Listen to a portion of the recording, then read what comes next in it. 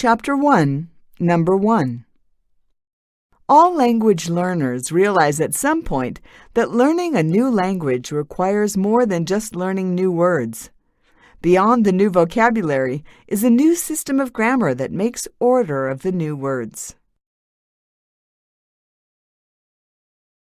Chapter 1, Number 2. An old lion, whose teeth and claws were so worn that it was not so easy for him to get food as in his younger days, pretended that he was sick. He took care to let all his neighbors know about it, and then lay down in his cave to wait for visitors. And when they came to offer him their sympathy, he ate them up one by one. The fox came too, but he was very cautious about it. Standing at a safe distance from the cave, he inquired politely after the lion's health. The lion replied that he was very ill indeed, and asked the fox to step in for a moment. But the fox very wisely stayed outside, thanking the lion very kindly for his invitation. "I should be glad to do as you ask," he added, "but I have noticed that there are many footprints leading into your cave and none coming out. Please tell me how your visitors find their way out again." Take warning from the misfortunes of others. Chapter 1, Number 3. Long, long ago, in the province of Tango, there lived on the shore of Japan, in the little fishing village of Mizuno-yi, a young fisherman named Urashima Taro. His father had been a fisherman before him, and Urashima greatly outshone his father. For Urashima was the most skillful fisher in all that countryside, and could catch more bonito and tai in a day than his comrades could in a week. But in the little fishing village, more than for being a clever fisher of the sea, he was known for his kind heart. In his whole life he had never hurt anything, either great or small. And when a boy, his companions always laughed at him, for he would never join with them in teasing animals, but always tried to keep them from this cruel sport. Chapter 1, Number 4. Alice was beginning to get very tired of sitting by her sister on the bank, and of having nothing to do. Once or twice she had peeped into the book her sister was reading, but it had no pictures or conversations in it. And what is the use of a book, thought Alice, without pictures or conversations? So she was considering in her own mind, as well as she could, for the hot day made her feel very sleepy and stupid, whether the pleasure of making a daisy chain would be worth the trouble of getting up and picking the daisies, when suddenly a white rabbit with pink eyes ran close by her. Chapter 1, Number 5. There was nothing so very remarkable in that, nor did Alice think it so very much out of the way to hear the rabbit say to itself, oh dear, I shall be late." When she thought it over afterwards, it occurred to her that she ought to have wondered at this, but at the time it all seemed quite natural. But when the rabbit actually took a watch out of its waistcoat pocket and looked at it and then hurried on, Alice started to her feet. For it flashed across her mind that she had never before seen a rabbit with either a waistcoat pocket or a watch to take out of it. And burning with curiosity, she ran across the field after it, and fortunately was just in time to see it pop down a large rabbit hole under the hedge. In another moment, down went Alice after it, never once considering how in the world she was to get out again.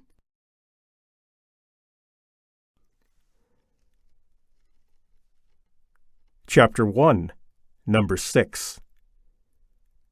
Whether work should be placed among the causes of happiness or among the causes of unhappiness may perhaps be regarded as a doubtful question. There is certainly much work which is exceedingly irksome, and an excess of work is always very painful. I think, however, that provided work is not excessive in amount, even the dullest work is to most people less painful than idleness.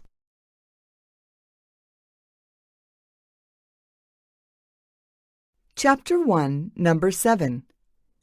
There are in work all grades, from mere relief of tedium up to the profoundest delights, according to the nature of the work and the abilities of the worker.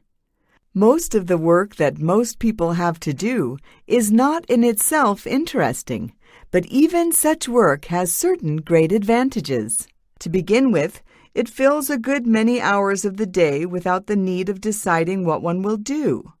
Most people, when they are left free to fill their own time according to their own choice, are at a loss to think of anything sufficiently pleasant to be worth doing. And whatever they decide on, they are troubled by the feeling that something else would have been pleasanter. To be able to fill leisure intelligently is the last product of civilization, and at present very few people have reached this level.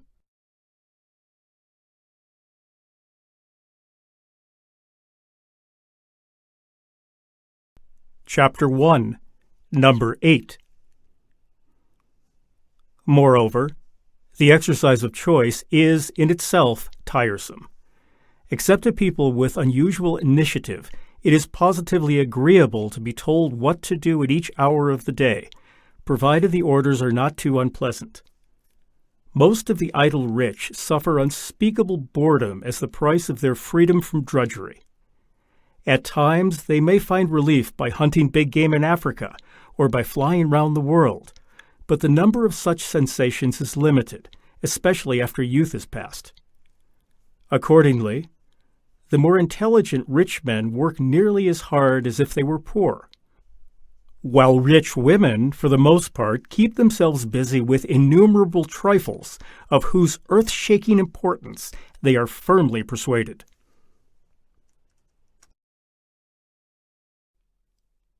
Chapter 2, Number 1. The Sultan Shahryar had a wife whom he loved more than all the world, and his greatest happiness was to surround her with splendor, and to give her the finest dresses and the most beautiful jewels. It was therefore with the deepest shame and sorrow that he accidentally discovered, after several years, that she had deceived him completely. Her whole conduct turned out to have been so bad that he felt himself obliged to carry out the law of the land and order the Grand Vizier to put her to death. The blow was so heavy that his mind almost gave way, and he said that he was quite sure that at bottom all women were as wicked as the Sultana, if you could only find them out, and declared that the fewer the world contained, the better.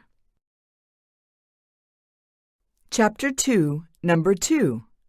So every evening he married a fresh wife, and had her strangled the following morning before the Grand Vizier, whose duty it was to provide these unhappy brides for the Sultan.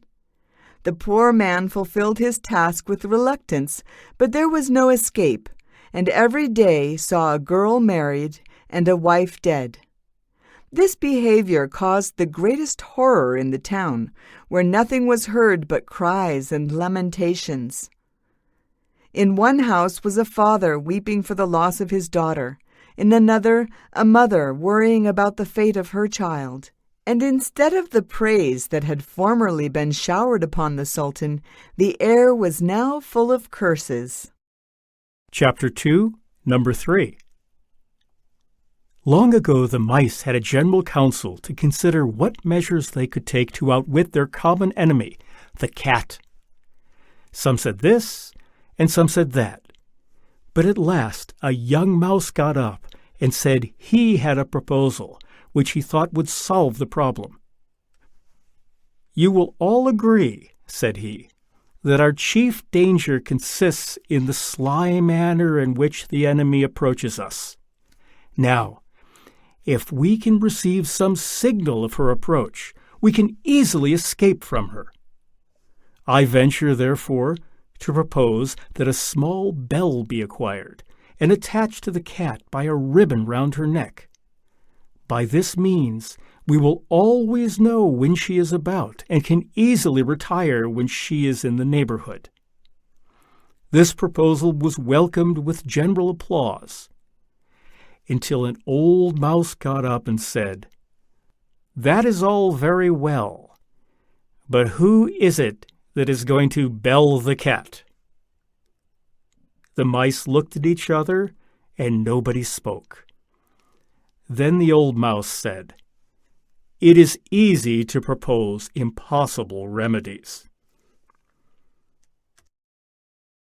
Chapter 2, Number 4. It is a common saying that thought is free. A man can never be hindered from thinking whatever he chooses, so long as he conceals what he thinks. The working of his mind is limited only by the bounds of his experience and the power of his imagination. But this natural liberty of private thinking is of little value. If he is not permitted to communicate his thoughts to others, it is unsatisfactory and even painful to the thinker himself, and the thoughts themselves are obviously of no value to his neighbors. Moreover, it is extremely difficult to hide thoughts that have much power over the mind. If a man's thinking leads him to call in question ideas and customs which regulate the behavior of those about him, to reject beliefs which they hold, or to see better ways of life than those they follow, it is almost impossible for him, if he is convinced of the truth of his own reasoning, not to reveal by silence, chance words, or general attitude that he is different from them and does not share their opinions. Some would prefer today, just as some like Socrates preferred in the past, to face death rather than conceal their thoughts. Thus, freedom of thought, in any valuable sense, includes freedom of speech. Chapter 2, Number 5. It is a truth universally acknowledged that a single man in possession of a good fortune must be in want of a wife. However little known the feelings or views of such a man may be on his first entering a neighborhood, this truth is so well fixed in the minds of the surrounding families that he is considered as the rightful property of some one or other of their daughters. "My dear Mr. Bennet," said a lady to him one day, "have you heard that Netherfield Park is let at last?" Mr. Bennet replied that he had not. "But it is," returned she, "for Mrs. Long has just been here, and she told me all about it." Mr. Bennet made no answer. "Do you not want to know who has taken it?" cried his wife impatiently. "You want to tell me, and I have no objection to hearing it." This was invitation enough. "Why, my dear, you must know Mrs. Long said Netherfields is taken by a young man of large fortune from the north of England, that he came down on Monday in a chaise and four to see the place, and was so much delighted with it that he agreed with Mr. Morris immediately, that he is to take possession before Michaelmas, and some of his servants are to be in the house by the end of the next week." "What is his name?" "Bingley." "Is he married or single?" "Oh, single, my dear, to be sure. A single man of large fortune, 4,000 or 5,000 a year. What a fine thing for our girls!" Chapter 3, Number 1. Speech is such a familiar part of daily life that we rarely pause to consider what it is. It seems as natural to humans as walking, and only less so than breathing. Yet it needs just a moment's reflection to convince us that this naturalness of speech is but an illusion. The process of acquiring speech is, in fact, an utterly different sort of thing from the process of learning to walk. In the case of the latter function, Culture, in other words, the traditional body of social practices, is not seriously brought into play. The child is individually equipped by the complex set of factors that we call biological heredity to make all the needed muscular and nervous adjustments that result in walking. Walking is an inherent biological function of man. Chapter 3, Number 2. This is not so with language.